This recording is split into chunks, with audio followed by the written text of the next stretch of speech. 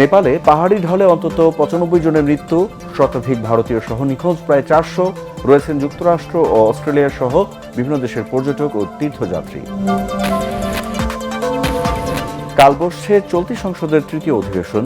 স্থায়ী কমিটি গঠন ছাড়াও পাশ হতে পারে গুম ও মানবাধিকার সংক্রান্ত বিল, জানিয়েছেন চিফ হুইপ।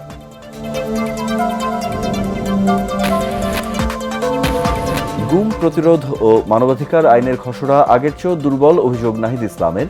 প্রতিবাদে রোববার শাহবাগ থেকে সংসদ অভিমুখে পদযাত্রা ১১ দলের। গত ৬ মাসের সংঘটিত সকল অপরাধে জড়িতদের আইনের আওতায় আনা হয়েছে দাবি স্বরাষ্ট্রমন্ত্রীর। সরকারের সব পর্যায়ে জবাবদিহিতা নিশ্চিতের আহ্বান রিজভির।